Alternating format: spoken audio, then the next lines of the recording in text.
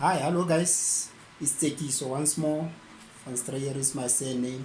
Today, someone asked me to treat an electrical trade theory a subject, and the chapter he wanted us to talk about is actually a power factor.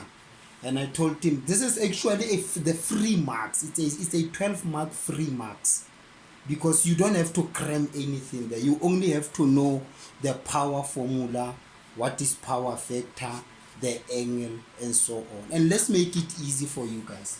So this is a power factor. Well, a power factor can actually defined in one of the three ways.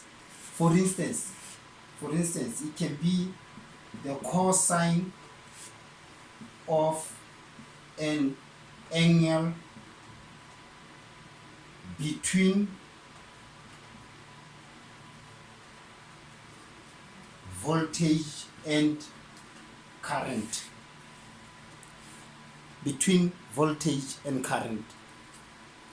And I will show you why. Let's say, for instance,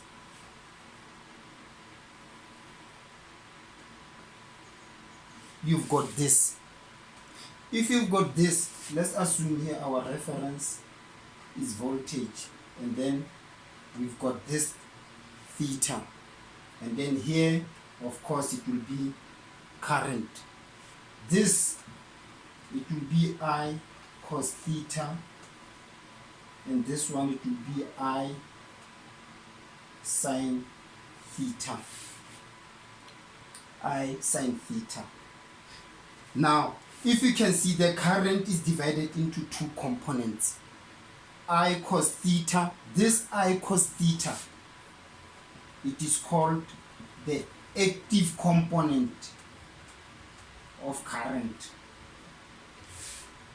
And this one, it is actually called the reactive component of current. This reactive component, although useless, I want you to laugh because you're gonna think I'm contradicting myself. Although useless, it is very important as well. Very important in a sense that it is a measure of a power factor. Look, the more this reactive component becomes large, the angle becomes large. Once the angle is large, it means you have a low power factor. For instance, if you've got cos of 5, you're gonna have a more power factor than having the cos of 12 degrees. This is bigger than this in terms of power factor. So, where's my eraser? So basically, this is the case. You can be asked to define what is I cos theta. It is the active component of current. This is the reactive component of current, and it is a measure of the power factor. So basically, that's the case. Very, very important.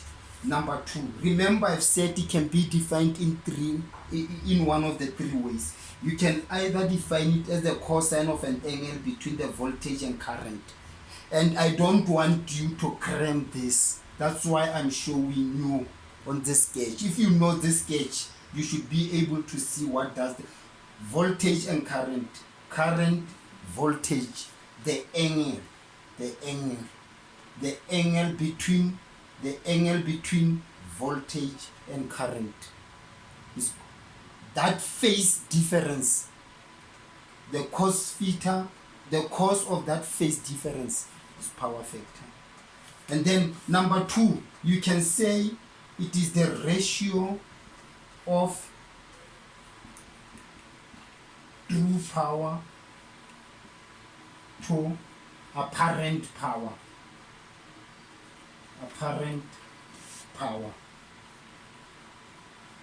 Look, I'm not gonna take space maybe in making another sketch. Let's use the very same sketch.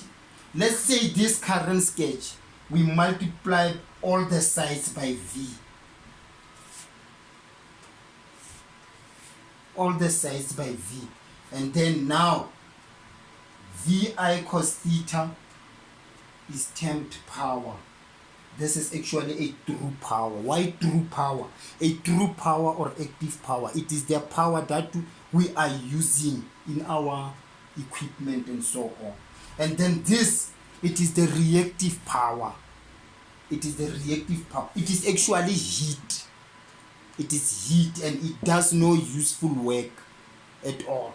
And then this one, it is the apparent power. It is the rating of the equipment and it is denoted by the symbol S. By the symbol S. Now, the cos theta, the power factor is equal to true power, ratio of true power to apparent power, VI. And you see, if this cancels this, you'll be left with power factor is equal to cos of theta. This is the power factor.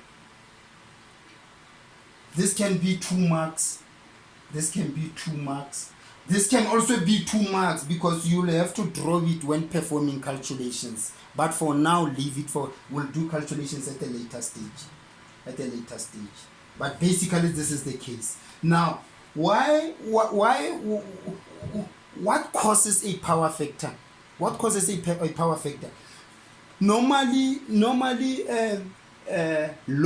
most loads are inductive in nature and they have a low lagging power factor.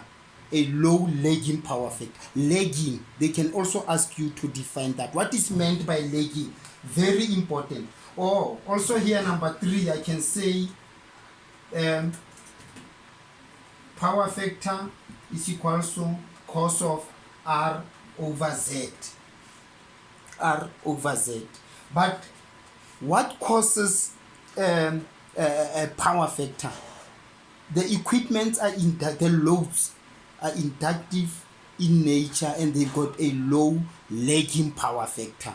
What is meant by low lagging power factor? It can also be 2 marks. Very important. If a circuit is inductive,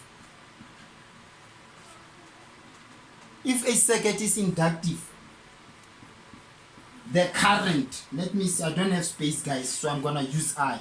The current lags the voltage by a phase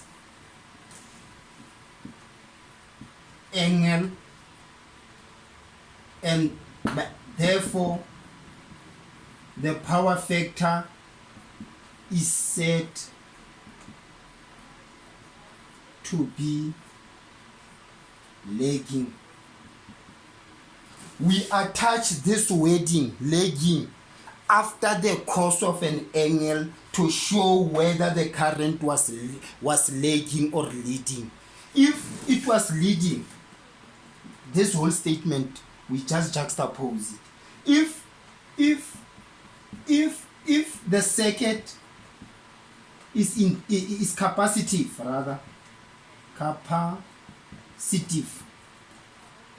we say the current leads the voltage by a certain angle, and therefore the power factor is said to be leading.